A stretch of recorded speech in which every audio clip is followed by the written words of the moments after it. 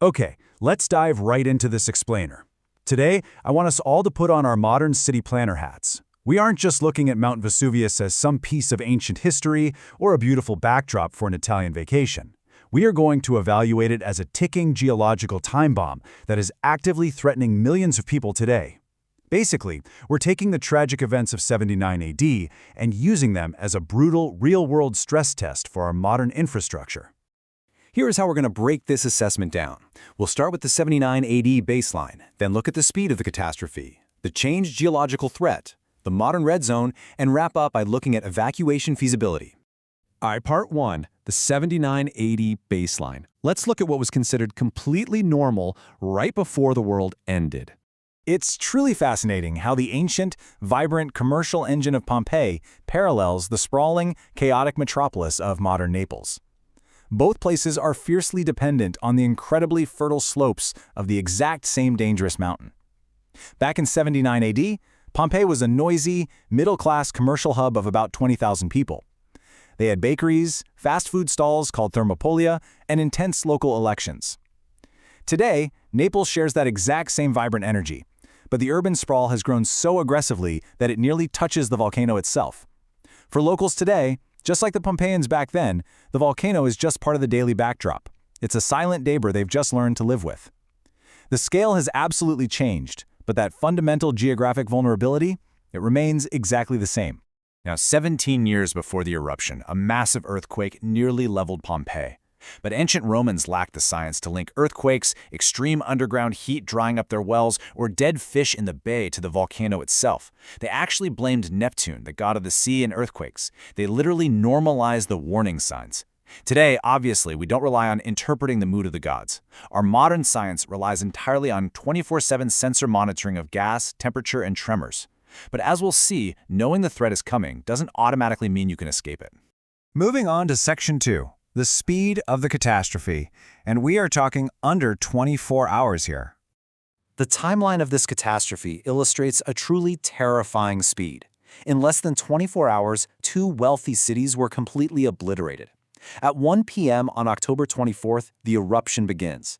By the afternoon, heavy pumice is already caving in roofs over in Pompeii. At 1:30 in the morning, the neighboring city of Herculaneum is just wiped off the map.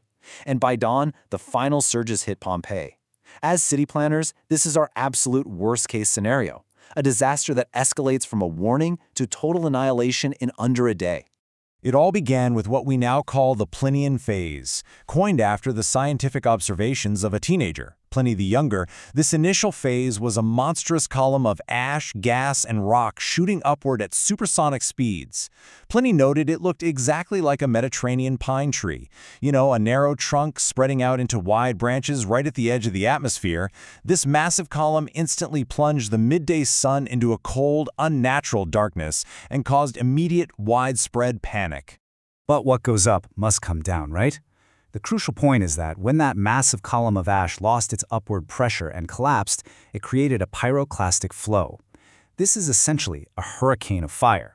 We're talking millions of tons of superheated gas and rock moving down the mountain at terrifying speeds. This unstoppable, burning avalanche was what caused immediate thermal shock and instantaneous death for the residents of Herculaneum, people who, just hours prior, thought they were totally safe because the wind was blowing the ash the other way.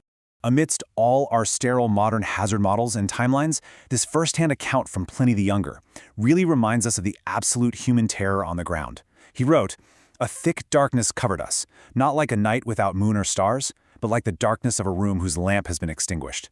He literally believed the world was ending. This pitch-black chaos is exactly what modern authorities are going to have to navigate if an evacuation is ordered after an eruption has already begun. Which brings us to Section 3, a changed geological threat. The physical threat profile of the mountain is vastly different today. In 79 AD, the volcano was sealed shut by a hard rock plug, which is exactly why the pressure buildup was so incredibly explosive. Today, it's a huge, smoking, open crater. But the most alarming metric by far is the population. We've gone from about 30,000 residents in the danger zone to 3 million. For evacuation, Pliny the Elder famously deployed the Roman warship fleet into the falling ash to save people, an effort that ultimately failed. Today, sure, we have highways and modern logistics, but the sheer scale of the rescue required has multiplied by 100. Let's look closer at that population in Section 4, the modern red zone, or the Zona Rossa. 3 million people. That is how many folks currently live in the broader danger zone surrounding Vesuvius. It is an astonishing scale of modern urban expansion that makes the 79 AD demographics look like a tiny little village. Nature eventually reclaimed the land, the volcanic soil proved amazing for farming, and over centuries, human memory faded. This allowed a massive population center to thrive right in the shadow of the giant. But it actually gets worse. 700,000 local residents live specifically in what Italian authorities have designated the Zona Rossa, or red zone.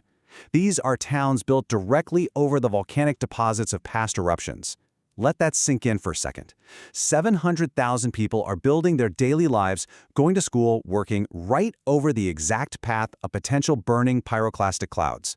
For many locals, the fertile soil and deep ancestral roots just outweigh the looming danger, creating a really complex relationship with the mountain they call home. And finally, Section 5, Evacuation Feasibility, the ultimate test for city planners. Unlike the Romans, who really had no idea what a volcano even was, modern authorities rely entirely on constant technological monitoring to give us a warning head start. We have 24/7 tracking of the mountain's microtremors. We use underground magma pressure sensors, real-time temperature monitoring, and we track leaking toxic gases like sulfur. We are literally watching every single breath the volcano takes. The goal is to predict the eruption days or even weeks before that rock shatters again. But here is the massive flaw in the plan. It's the evacuation bottleneck. Let's say the sensors work perfectly. They confirm an imminent eruption, and authorities issue the mass evacuation order for the red zone. Step 3 is where the math totally breaks down. You have to attempt to move nearly 1 million people in a matter of days or possibly just hours over limited highways that will undoubtedly be choked with traffic and panicked citizens. Imagine trying to empty your entire city in a single afternoon. It represents a terrifying logistical bottleneck that might be nearly impossible to execute before the ash column collapses. I want to leave you with this final thought to ponder as we close out this explainer. The plaster casts of Pompeii remind us of the immense human tragedy of 79 AD. But looking at modern Naples, despite all our hubris, our multi-lane highways, and our high-tech sensors, is the ground we walk on truly as solid as we believe? If the giant wakes tomorrow, will our technology actually buy us enough time, or are we simply waiting for the Earth to open up again? Thank you so much for joining me on this deep dive. See you